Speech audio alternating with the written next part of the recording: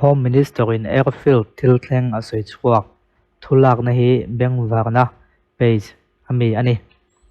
Home Minister ke sap danga chuan voin ni somni pathum thlasom pahnih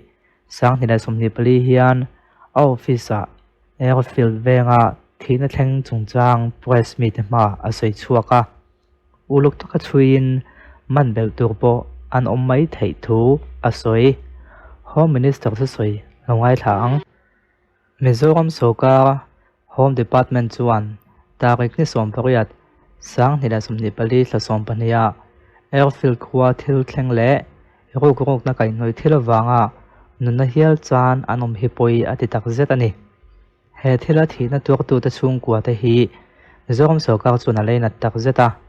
he thil thleng chungchang a hian case po zialu ania dananga malak mek ani kan rama dan bo chet na khang te veng tur le dan bo chet na lo kiam theina turin khotlang ta na thok tu ten thanem ngai takin mani khua le venga ma an la thina hetianga thanem ngai te malak na hi sarkar chuan chuanom atia rim taka thok tu te an fak om ati em ani chuti rolin hetianga khotlang malak na khang ati hian dan huang chung a che thina poimo em ani ti kanin khriat tio thak le ani khotlang le kam ta na thil thalo kan do na konga hian film khok taka chet atula dan huang chung a che zel thrin ni se ti hi sarkar du dan ania dan bo chetu te nia rin hlel te po arang theyang beka police te le sarkar amo photu te kuta hlan thuai thrin ni se ti kanin cha thak le ani Mizoram Sarkar chuan kan rama dan lalna tundin zel ni se ti adu tak mewa chumi tan chuan theito pa chhual zel don ani chumi tan na sarkar le khotlang ta na mi thanem ngai le thok tu te zong po dan huang chunga thataka tho ho tlan zel a poimo em a metin te na mi khring kan ni na anga kan ding na chan vo kan nei hlu tak hi kanin za sak thiam zel a poimo tak mewani sarkar le khotlang ta na mi thanem ngai le thok tu te zong po dan huang chunga thataka tho ho tlan zel a poimo em a metin te na mi khring kan ni na anga kan ding chan vo kan nei hlu tak hi kanin za sak thiam zel a poimo tak mewani ati ani kan Home Minister ina a thu soi an on report a ka beng la dewa chuan ka mit la deuh te ponian chu ka beng ver dewa chuan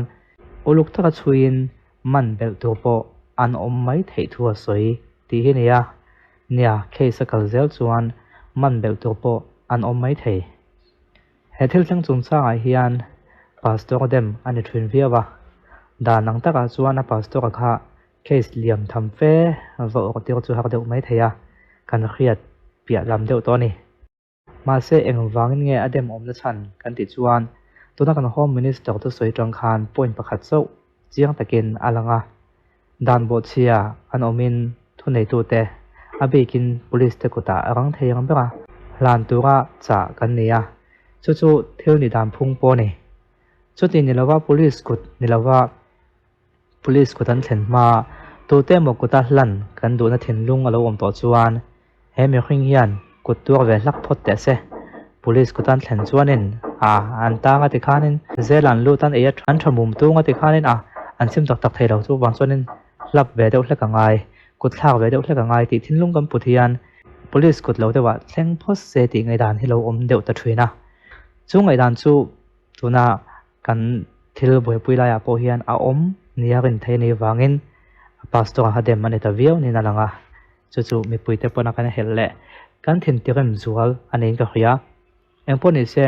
hetiang case chu hi ti mop ti on chi ni dem lowa kal phung pa ngai om ve tu ngai la do thei takin update kan lo ngai chang zel don ni o engama thil thleng viral le bo deuh luai omin YouTube bakte han dem te po om thina ni dem ngai deuh thei chun om ve thina ma ko chu helai po se kan chiranga Mizoram chung le po na thil thlenga hian kamit lak te hian thoman nei ve ngai lawa to pa chung kan YouTube bakte pok ani che chuak le thrin ni chu wang Mizoram ma mai san zong ne ai chun YouTube bakte fakila kan hlok zok te chu ka pom mem chung lawa midang va per tel khang ha chu tul chung lawa ma ko chu ka soi ve duwa chuan mitin hianin line kan nei thowa zai thiam alak chuan zai kha a line ania ti chuanin thu soi thiam alak pon thu soi kha ania YouTube ti thina mi nan khriat lo alo ni pon inga mo thil mi pui ngai ven zong a chua thin wang ani so ta chuanin mi than kha chuan chua tul lo thlenga wa chua le ti te po khom ve thowa za chu a sei vek thei lo lain mi tam takin YouTuber an ngai thei dawa suman la lut to anga ngai na te lo om thina YouTube patanga sum la lut to tu chuan a sa zia hi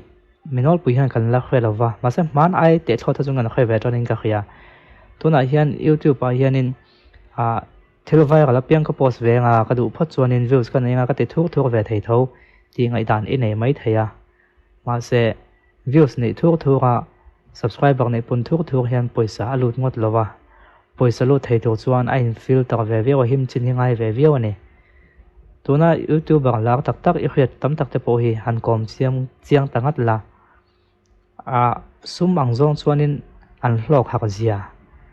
kamera khia pakhat pe chu a bei ve tanga kum ni nuwa chau regular de win thatin ala ve chau